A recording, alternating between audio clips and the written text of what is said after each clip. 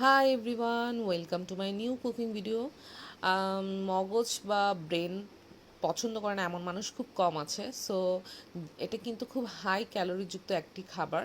যাদের high pressure আছে তারা অবশ্যই বুঝে শুনে দেন ব্রেন খাবেন, বিকজ মগজে প্রচুর পরিমাণে হাই ক্যালোরি থাকে। অ্যান্ড আমি মগজটা ভালো মতো পরিষ্কার করে নিচ্ছি। আমি আমার বাসার কাছে স্বপ্ন আছে, স্বপ্ন থেকে আমি বেশিরভাগ ব্রেনটা মগজটা কিনে থাকি, কারণ বাজারে সবসময় অ্যাভেলেবেল থাকে না। অ্যান্ড দেখতেই পারতেছেন আমি কিভাবে কাঠির মাধ্যমে পর্দা এবং রগটা ক্লিন করে ফেললাম। অ্যান্ড দেন আমি ফ্রাই প্যানে তেল দিয়ে পেঁয়াজ দিয়ে নিব।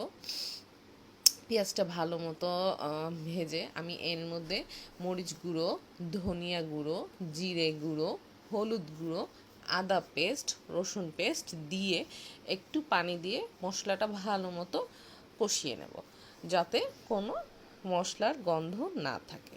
দেন আমি যেভাবে মগজটা ব্রেনটা কাট করে রেখেছি সেটা দিয়ে দেবো। অ্যান্ড আমি আমার হাতের বানানো ম্যাজিক মশলা দিয়ে দেবো।